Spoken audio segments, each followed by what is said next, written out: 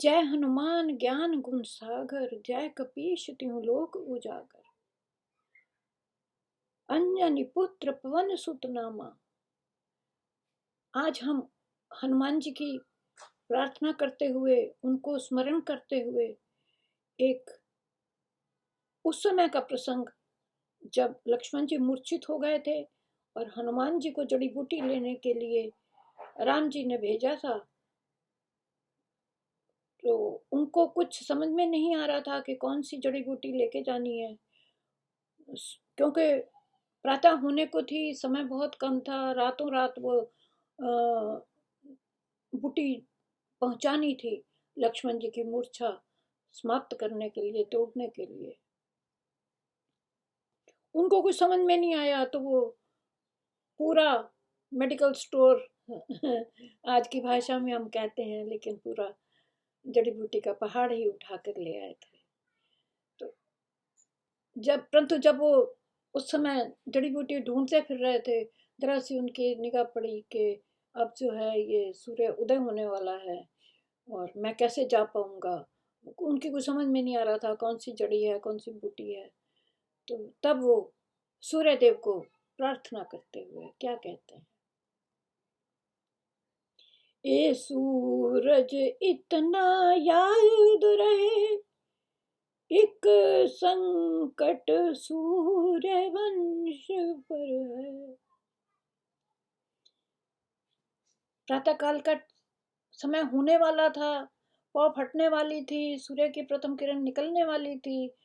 तो उसलिए वो हनुमान जी सूर्य को प्रार्थना करते हुए कहते हैं, ये सूरज इतना याद रहे, एक संकट सूर्य वंश पर है।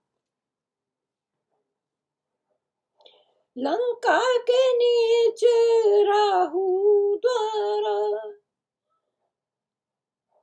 रावण को वो राहु का नाम देते हुए कहते हैं कि लंका के नीच राहु द्वारा, आघात विशेष अंश पर है।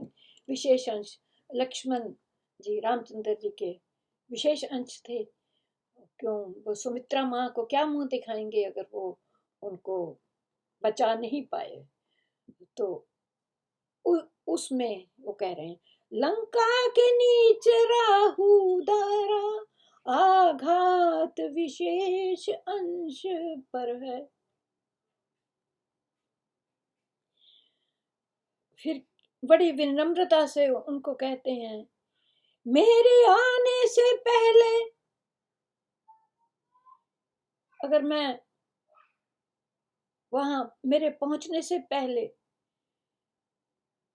जड़ी बूटी लेकर जाने से पहले, मेरे आने से पहले यदि किरणों का चमत्कार होगा, अगर तुमने एक भी किरण उदय हुई मेरे आने जाने से पहले, यदि किरणों का चमत्कार होगा, तो सूर्य देव इस सूर्य वंश में निश्चित अंधकार होगा। क्यों, फिर तो वैद्य जी क्या कहेंगे कि तुमने देर कर दी, तुम जड़ी बूटी देर से लेकर आए हो। तो सूर्य देव इस सूर्य वंश में निश्चित अंधकार होगा। लक्ष्मण जी मृत्यु को प्राप्त हो जाएंगे, मैं क्या मुंह दिखाऊंगा। तो फिर सूर्यदेव को प्रार्थना करते हुए क्या कहते हैं, इसलिए छिपे रहना भगवान, इसलिए छिपे रहना भगवान, जब तक न जड़ी पहुंचा दूं मैं, इसलिए छुपे रहना भगवान, जब तक न जड़ी पहुंचा दूं मैं। बस तभी प्रकट होना दिन कर, जब संकट निशा मिटा दूं मैं। बस तभी प्रकट होना दिन कर, जब संकट निशा मिटा दूं मैं।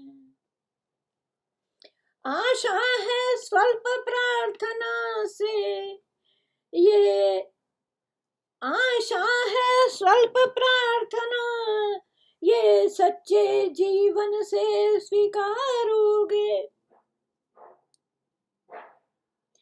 आशा है स्वल्प प्रार्थना, ये सच्चे जीवन जी से स्वीकारोगे। आतुर की आर्त अवस्था को दिन कर करुणा से निहारोगे। आतुर की आर्त अवस्था को दिन कर करुणा से निहारोगे। ये सिर्फ 8 पंक्तियां उन्होंने सूर्यदेव की प्रार्थना में बड़े विनम्र भाव से कही।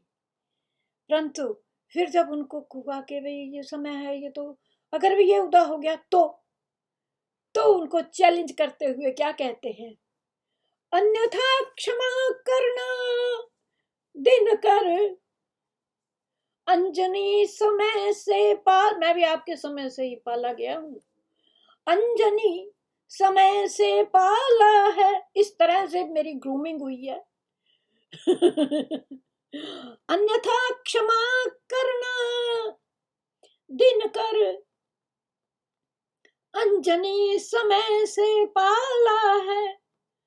बचपन से जान रहे हो तुम हनुमत कितना मतवाला। आपको नहीं पता, आपको पता ही है मैं कितना पागल हूं। बचपन से जान रहे हो तुम हनुमत कितना मतवाला है। फिर क्या कहते हैं, फिर हनुमान जी जरा और धमकी देते हैं सूर्य को, क्या कहते हैं, मुख में तुमको धर रखने का फिर वही क्रूर साधन, मुझे फिर अपना निर्दयी होना पड़ेगा। मुख में तुमको धर रखने का फिर वही क्रूर साधन होगा। बंदी मोचन तब होगा जब लक्ष्मण का संकट मोचन होगा। तभी फिर देख लो तुम, बंदी मोचन तब होगा जब लक्ष्मण का दुख मोचन होगा। फिर उनको चैलेंज कर दिया हनुमान जी ने। तो अब वो लेकर चले गए जड़ी बूटी और लक्ष्मण जी की मूर्छा टूटी। तो राम राम हाँ राम कही, राम राम कही राम। तो लक्ष्मण जी उठे, भगवान राम के चरणों में उन्होंने प्रणाम किया। तो भगवान राम ने क्या कहा, मोते अधिक मोर कर दासा। मेरे हनुमान जी की पहले पूजा होगी, बाद में मेरी होगी। हरिओम तत्सत। सर्वे भवन्तु सुखिनः, सर्वे सन्तु निरामयाः, सर्वे भद्राणि पश्यन्तु माँ कश्चित् दुःख भाग भवेत्। हे हनुमान, जैसी आपने उनकी जीवन बचाया, आज लाखों प्राणी इस महामारी से जूझ रहे हैं, कोरोना से जूझ रहे हैं। कृपया उनके लिए भी कोई किसी जड़ी बूटी का आप इंतजाम कर दो, जिससे उनका पता नहीं कितनी माताओं के पूत, कितने के घर उजड़ रहे हैं, उनकी आप कोई सहायता करो हनुमान जी। हरिओम तत्सत, हरिओम, हरिओम।